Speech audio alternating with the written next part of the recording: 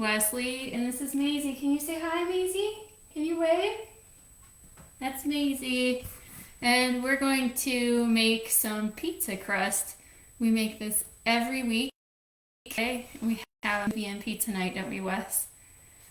Usually we make homemade pizza because it's easy and it's cheap and it's kid approved. So I thought maybe we could show you how to do it. You really only need a handful of ingredients, although I know right now it's a little hard to find some of the ingredients in the grocery store, but hopefully since at least we're here in Indiana and we just had our governor announce some new state guidelines for lifting restrictions, so hopefully we can get to the grocery store soon and find those ingredients. But I'm going to go ahead and get started, and yeah, so my little helpers over here are going to help me get this going. What's up, bros? He's been wanting to say that the entire time. So, okay, first you'll need to get some yeast. And if you have one of those little packets, this recipe calls for just half of the packet. I've got a little container here, so I'm going to put 1 1/8 teaspoons in some very warm water. This is 1/4 cup. And Wes, do you want to do this, or do you want me to? I can do it. Okay. So here, you want to? Okay. Here, let me do it this way. Okay. Oh, look, Aunt Hannah says, "Hi, Aunt Leah." Hello, everyone. Okay, can you pour this in the hot water for us? Okay, so that's a teaspoon, and then we're going to do 1/8.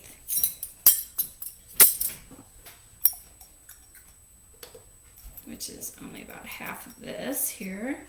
Okay, can you grab a spoon and let's mix that up? Hi, Ellie, Jeremiah, and Josiah. How you doing? Can you go grab a spoon? I realized I didn't get my measuring cups out. Okay, and then stir that up a little bit. So, stirring. Yep. Stirring. Okay, that's good. So we're gonna just set that aside for a minute and let it soak for a handful of minutes in the hot water. And while that's happening, we're going to put 2 cups of flour in a bowl. And you can use bread flour, but we found that it's really heavy and thick that way, so we just use regular old unbleached white flour. Regular old unbleached flour. Yes. We've also used some whole wheat flour, and that was not as approved from the family. So we just stick with the regular old regular old white flour. Regular old white flour, y'all. Okay. All right, can you dump that in the bowl for me, bud? I'm cracking her up. Yep, okay. Let's be a little bit more serious. Oh, Maisie, what do you think? Do you think I'm funny, Maisie? Yeah, she does. She does. Whee. Okay, and I'll put the other cup in. Don't eat in front of the camera, okay? All right, so that's the flour. And then we're just going to put a 1/2 teaspoon of salt in with the flour. Make sure I have the right one. What are you guys doing over there? Nothing. We do this I'm just being goofy. pretty much every Friday. Sometimes if I'm feeling ambitious and if I have enough yeast and flour, I'll make breadsticks too. And that's what we're using this dough to do. Yeah, actually, Because well, you can tell. we're ordering pizza from Puccini's Pizzeria. Tonight. So we're not making homemade pizza tonight. We're going to use this. We're gonna use this pizza dough for breadsticks. Yeah, we're going to attempt it. I've never tried this particular recipe for breadsticks, but we're going to attempt it. P.S. She makes the breadsticks, so come by at 46220. No, shh, you don't have to give our address out, Wes. Okay, so then what we do is the soaked yeast you can put in the flour and the salt. And why don't you stir that up while I get some more hot water. This time it'll be, well, not hot, but warm water. This time it's 2/3 cup. So I'll get that. Ooh, I get 2 mixers. 2 mixers. That's probably, I need a little more. Mixing. Okay, I'll pour that in. And mix it again. Yep. And so what you do, it starts to get pretty sticky. Basically at this point, what I do is just sort of mix it up, and then I transfer it to my hands. I know that some people, like most people, like to knead dough on a floured surface, but I prefer to do it in the bowl that I'm mixing in just because it's easier for me and less mess, and it works out just fine. So that's what I'm going to do. So I'm going to get this cleaned up a little bit. And then I just start adding extra flour. It kind of gets thick, you know, a little thick. A little thick. Yeah, a little thick.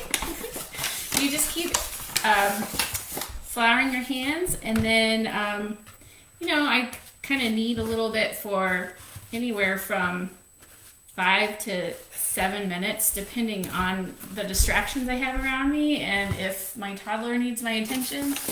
Her toddler is talking about Maisie over there.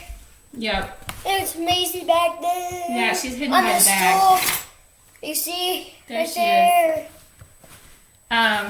So there. it's basically you just sort of, Right here. there. Now you can see her. She's like, what are you guys doing? Is that what we're doing? Are we making pizza crust? She's a real goofball, you know? Yeah, so are you. You're being really goofy. It's only my first time making a video, so yeah. Jabberjaw! Okay, Wes, take it down just a notch, please. Jabberjaw!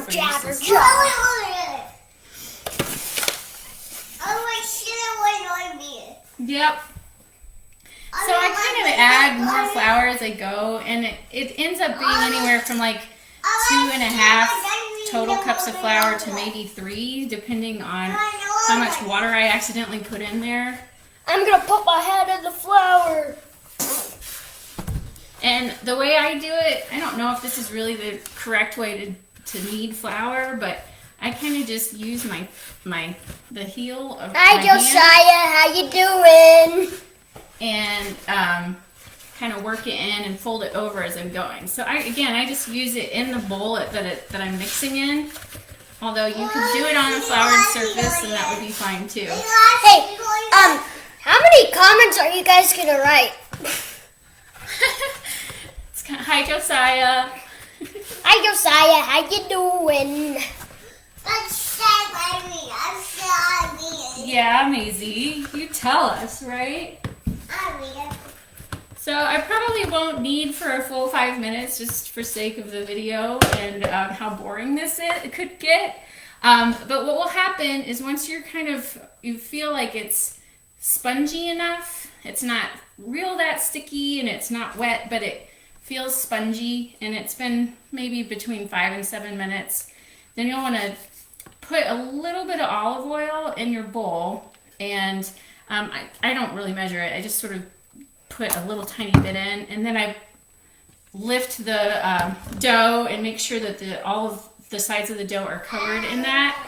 And then I put just a little, I wrap plastic wrap over it very loosely and let it rise. You can let it rise for up to an hour. But what I like about this recipe is that you can just go ahead and bake it directly right after you mix it if you're short on time. And we've done that and it's been fine, but we kind of prefer that it rises a little bit. It's a little bit fluffier.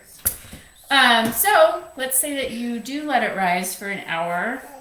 Then you can put your favorite toppings on it. And then we usually... I like cheese. Yeah, he just prefers plain old cheese. I don't prefer plain old cheese. We like to put half pepperoni and half green cheese. pepper and half cheese, and then everyone's satisfied. My But- dad likes the hot peppered side. Yes, he does. But what you'll want to do is, based on your doneness preference, we usually keep it in the oven for about 12 to 15 minutes, depending on who's eating it. But you'll just put it in for anywhere from 10 to 13 or so minutes at 425. Hey, And Ellie. that's it. Hey, Ellie. Maisie's doing just fine, just to let you know. All right, well, thanks for watching, and thanks for putting up with our silly antics. And we hope you have a fun time making your homemade pizza dough. Enjoy and have a good afternoon.